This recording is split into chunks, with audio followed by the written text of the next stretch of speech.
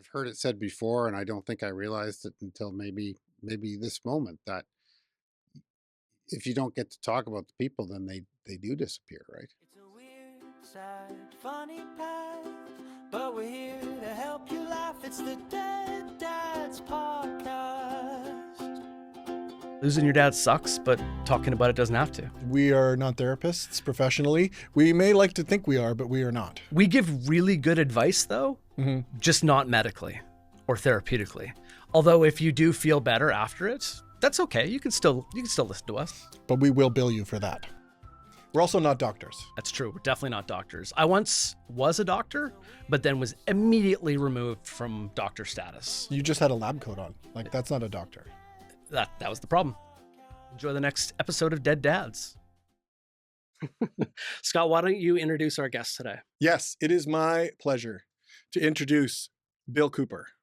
So I do know Bill personally as well. Bill and I have done a variety of different things together. We're on a board together about sponsorship marketing.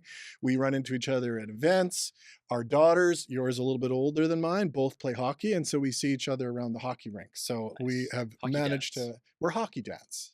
That's one of the clubs that we're in.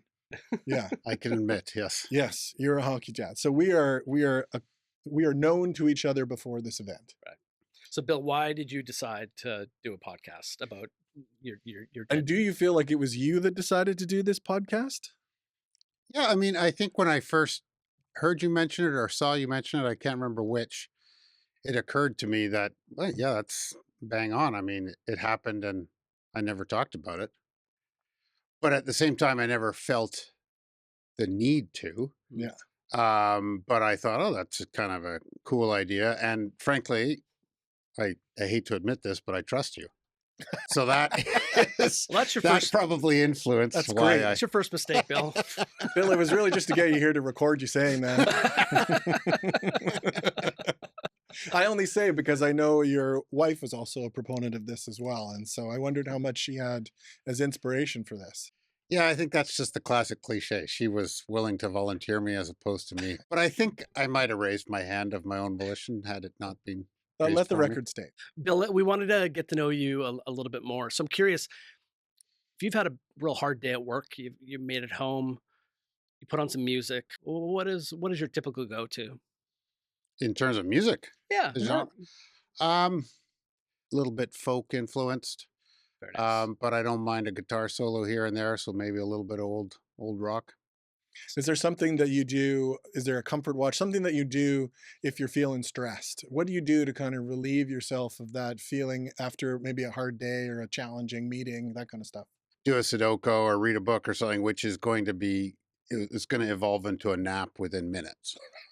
So, Interesting. I'm Yeah. just getting into my napping phase. I'm 44 years old, and it's just starting to get there. yeah, Well, I think I started at about 6. Is there?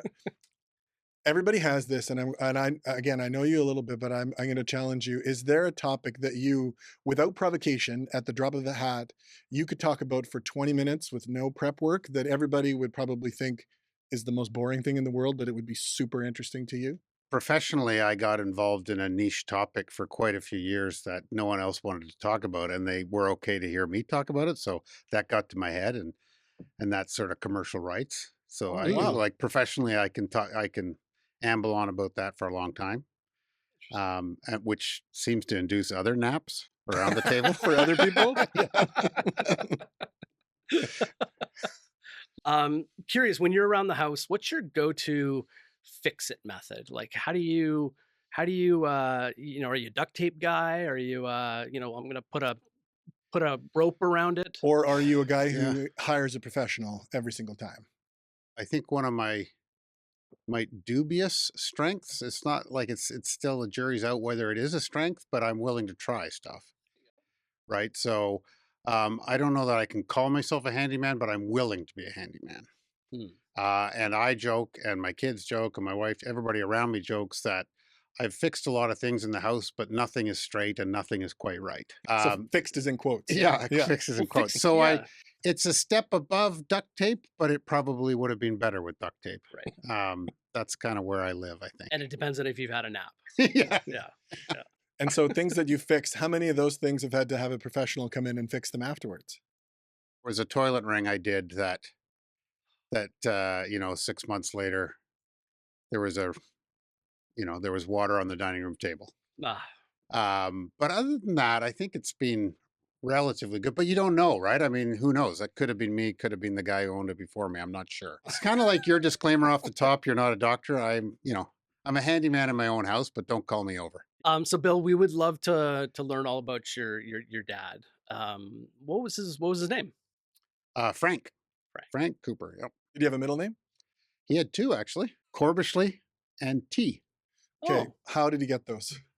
Well, T is a family name. Okay. That was his mother's maiden name. And I'm embarrassed and sorry to say I don't know the story behind Corbishley. But it's an awesome name. Isn't it? It's my big brother's middle name as well. And our family has affectionately nicknamed my current vehicle as Corb after Corbishley. Did he grow up around here or? My family was straight off the boat from England. My sister and I were both born in Canada, but my two brothers were born in England. Spent a few years in Ontario when he was doctor. So when he was still a GP, he worked in Ontario. He came to Vancouver to specialize. Went to the VGH and took a specialization in radiology. Became a radiologist. and what kind of a guy was he? How would you describe him? He's like what you would expect of a British guy with an incredibly adventurous spirit. Like he loved camping and being outdoors, and we had a little hobby farm in the Fraser Valley. Like he just loved adventure.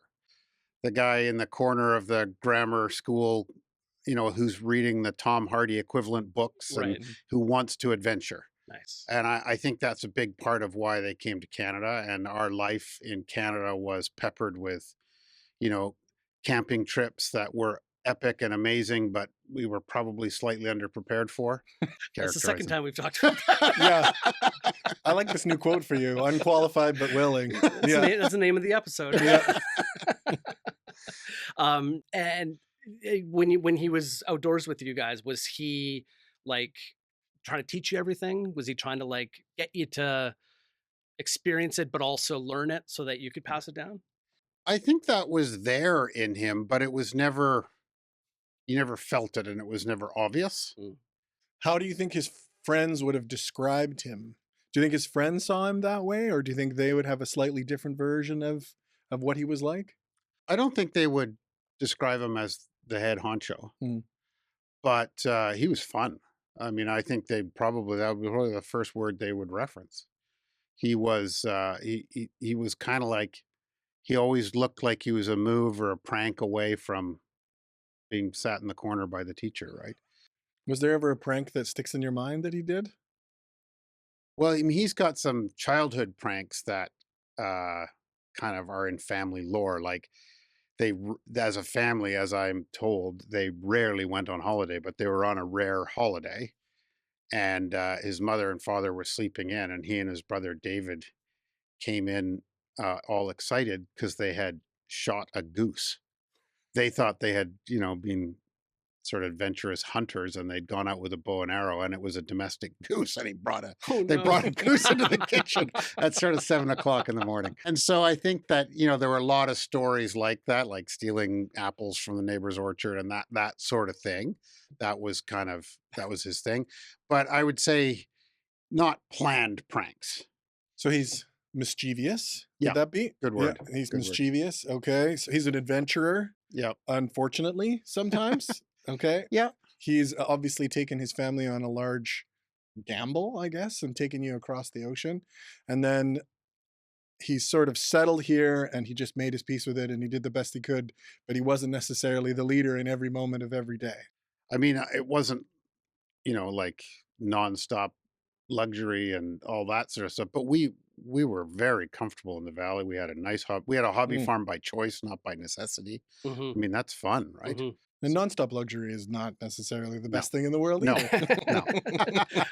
Bill, Yeah. what's one thing that you knew about him, but nobody else really knew about him? Like, did he have a special skill that perhaps people didn't know about? He loved music. Like and he loved it at a bizarre volume. It was so loud. Like he would play classical music at at an uncomfortable volume. Love it. Yeah. And so that was his. You asked me what I do after a day's work. Like he would put on classical music, and he couldn't play. One year when I was quite young, and I remember my mom giving it to him, but she gave him a conductor's wand for Christmas one year or something. He actually had books that like Oh, he he tried. wasn't learning to be a conductor because he wanted to be a conductor, but it was part of just he just loved music so much that he Wow. yeah. Bill, can we talk about how he passed? What was the circumstances around that? How did he pass? I mean, he had a form of dementia, Mm, Lewy body, mm, which is I mean I'm not a specialist in this, but I mean all forms of dementia are very difficult and hard and seemingly unfair. But this one in particular was sort of there were moments of what do you call it, like paranoia, um, and I think that's not I don't know if it's the only dementia that features that, but Lewy body is one that does. And sometimes the paranoia can come from real life things. So actually, some of the books that he read as he was entering dementia heavily influenced Mm. the themes of his paranoia, and that was became a hardship for all of us, but most notably my mom, right? Because she was taking care of him, and there were moments where he would become quite violent, more violent to the ether than anything else. But at times, I think my mom probably felt threatened. So that was really the last few years were tough. And it's the funny thing about dementia is now it's past. You can look back and realize actually there were elements of it earlier than we realized. Mhm. My understanding is that Lewy body is what Robin Williams had when he passed, and the way it's been described is very, yeah, very terrible. I'm sorry to Yeah, hear that. yeah. So when you have dementia like that, like how do you actually pass? Is it He had a, an acute episode mm, that required calling the ambulance and the authorities. My parents at the time, and my mother still lives on Salt Spring, mm, so small community, and right? you know, I guess you could say limited resources. Although limited resources have never affected them in a negative way, they've always had a great life there. But in this moment, he was having an episode, and they needed to be called, and he was given some medication that night, a heavy dose, because of how his behavior was, and he never really recovered from that dose. Mm, But I don't think that's uncommon. That he had to be sort of subdued, and they did what they could to subdue him, and he never really, in many ways, came back to life. mm, Because I remember, I mean, I got the call, and I got to go over to Salt Spring and sit by his bed with my mom, but I never saw him again, really. mhm. So you sort of didn't get a chance to say No, goodbye, but he like had been in the dementia had been for a while, and so yes, yeah, yeah, you were aware that yeah, that time was more yeah, limited. What do yeah. you remember most about that day or that moment? Just desperately hoping that there would be a moment of lucidity. That's probably what I remember most. Right. And then I guess disappointment that there wasn't. But in the grand scheme of things, I like you say, Scott, I mean, I knew. And because are in North Van and they were in Salt Spring, we did see them, fairly frequently.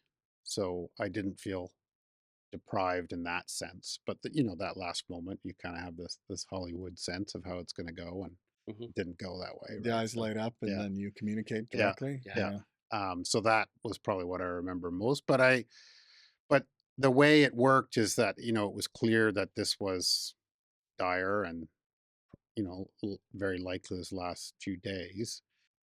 I had a work commitment and an uncertainty around how long it would take, and so I went back to the mainland and was told of his passing while at this work thing, Mm, which that sounds like something you would regret.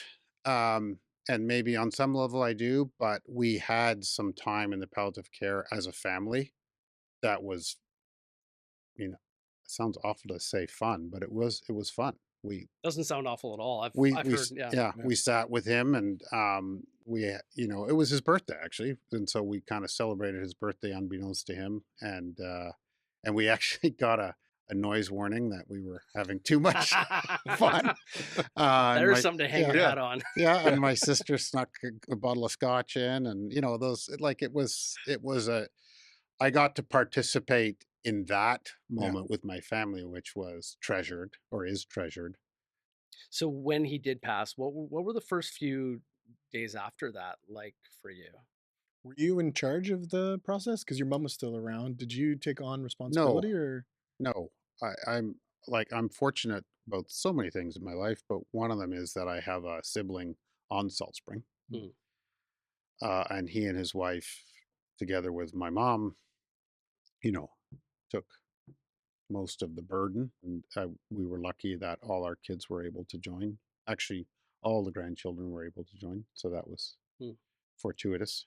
I think I mean, there's different scenarios, right? Either you're given the responsibility or Mhm. you don't have to take the Yeah, responsibility. But sometimes I wonder about not having something to do can also be difficult because you yeah. want to contribute.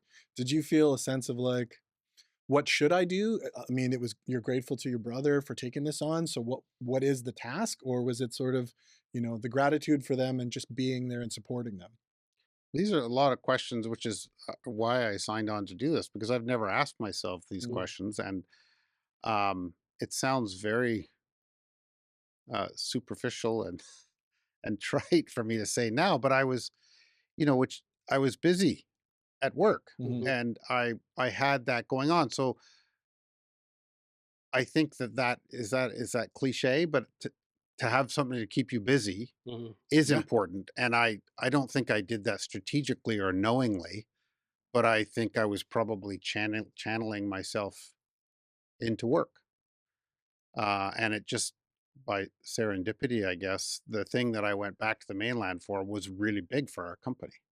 We were bidding to become the sponsorship agency for Whistler Blackcomb. Mhm, Mm. And we were having a nice lunch with Whistler, the sort of the senior execs of Whistler up there. mhm. And that's when I got the call to say that he had passed. Mm. And Um, did you go back to the table and say, My dad just died"? my partner, my business partner at the time, she knew what was going on. So I think when I got the phone call, she intrinsically knew. I didn't have to say. Mhm. But I managed to sort of get through the rest of the day and stay mentally busy. Mhm. Um, and then so that, those, I don't know if those are deflections from the question, but I think in retrospect, that is how I stayed mentally and emotionally busy. And then Mhm. I think the other parts are that we had a ceremony within, I think it was it ended up being Family Day weekend that we had the ceremony. Oh, in February. So he passed, days before, and that was again serendipity, because it allowed us to bring everybody together. And so, planning to have everybody together, whether it was booking some rooms or ordering a charcuterie board or whatever, there were Right. little minor tasks, and there was the company of family. Mhm. All those things, I think, help mitigate the moment. Yeah. How were Mm. your kids throughout everything? You mentioned you've got kids, and were they close to grandpa? My wife and I lived overseas for a lot of years, and had two kids overseas, and then two when we came back here to Canada. And one of the strongest motivations to come home was to spend time with grandparents. Mm. And so the kids all got to spend time with them. And I don't know, without asking my kids and without being in the room, how much it affected them. I don't recall it being like a dark day of tears and, super expressive emotions, Mhm. but they were embraced by family, right? So the extroverted emotion was mitigated by the company of family. I'm interested in it a little bit. I mean, your kids are older as well too, about, it's your process because it's your dad and it's your Yeah, family. And then, but it's their grandpa or it's yeah. their, relative, how much engagement you offer to your kids, I think is sometimes fascinating. But I'm also wondering, so he's passed, and then do you feel a sense of of responsibility, or do you feel a sense of ownership about keeping his memory in them? Do you think they have inherited that, or is there any sort of sense of how we continually know him now that he's gone away? I mean, I'm gonna sound like a TV ad here, or what, I forget which brand it is that always depicts family meals, but it's family meals. Mhm. Mhm. That's a tradition that was in Laurel's family, and super strong in my family. And I don't know that my dad was the chief architect of that in my family, but it sort of mimics what you imagine of a proper English family. Like you respect the home, you respect the traditions of the home, and Sunday roast. yeah, Mhm. Yeah. absolutely. Yorkshire. Who made the Popovers, Yorkshires? yeah, yeah, Yeah. absolutely. All of those things. And that means that we not only do we eat at the table, we talk. And Right. because we are at the table and we talk, we do tell stories of my mom and dad. And Right. not because we plan to, but because that's what family time is. Is there a story that your kids would say you maybe have told just one time too many?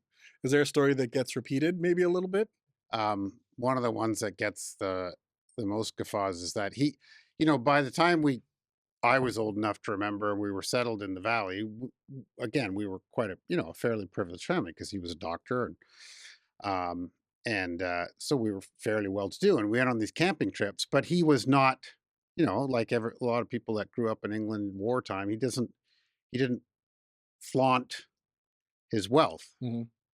and so he did things on the relative cheap. And so when we packed to go camping, he used what was around the house, right? Yeah. And so he, like many of us in the family, had some nasal congestion problems. So he always had bottles of Otrivin around. And in this case, he had put the dish soap in the Otrivin bottle. Oh no. and he Give it the quick wipe like this? Yeah. Yeah. and he hadn't labeled it. So there was a scene of my dad sort of breathing bubbles out of his nose after having Amazing. applied a healthy dose of Oh, dish soap up his nose.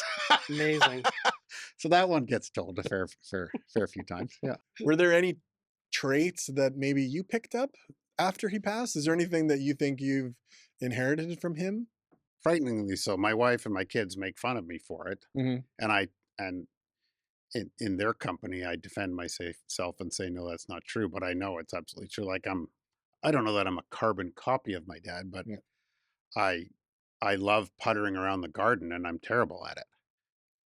Jack of all trades, master of none type thing. That I share that with Right. him. I think I have a lot of his traits, which is weird. When you grow up in that environment, you think, "Oh, I'm never going to be like that. I'm going to do this. I'm going to do that." But in the end, I'm just a dreamer. I'm a guy that reads adventure books and adventures a little, but isn't really a leader in the class. Just it's more that you have that sentimental attachment to adventure. I mentioned this to Roger where my laugh changed. I suddenly developed his laugh, Oh, really? which feels odd to me to say that because again, it's supposed to be something organic, Yeah. and yet I suddenly started laughing like him, and it's a weird, it's a trait that I didn't recognize that was his, and then I did it, and I was like, well, I know who did that. So there's these things sometimes I think that they just come at you sideways, and you're like, why did I start doing that? Oh, this is a thing. One of the other ones we laugh at a bit, which I don't know how much I do it. You don't know. The other people at the table know, but myself and my oldest daughter, we've been known to make a humming type noise while you're eating, Oh. which my dad did with gusto. Oh wow. And does the hum change depending on if you like what you're eating or not? Like, is it like a I think it comes on out of. I'm guessing it comes out of pleasure, like you're enjoying being at the table and right? eating, and Just a yeah, like yeah.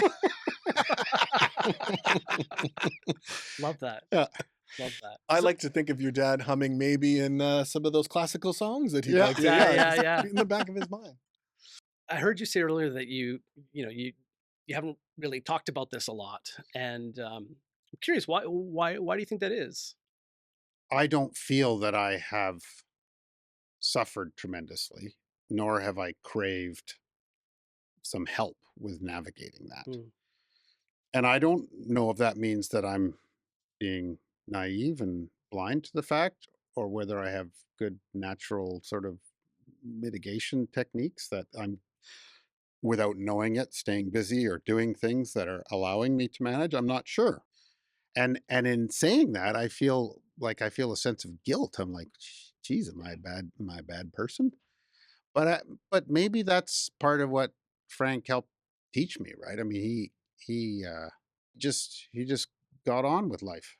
I see my kids now; they have challenges at school and with sport and things like that, and they're expressive in the moment, but they don't seem to carry it for a long time. Maybe that's something that my dad and others from that generation, what they've given us is that resilience is a strong trait, right? Mm.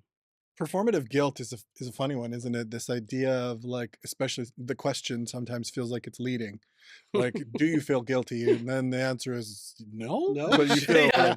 like you should feel Yeah. guilty. Yeah, And I mean, yeah, I think that is a very real challenge about this because there are some Hollywood-esque prescribed notions of what grief looks like yeah, and what you should do when you're being presented with this scenario.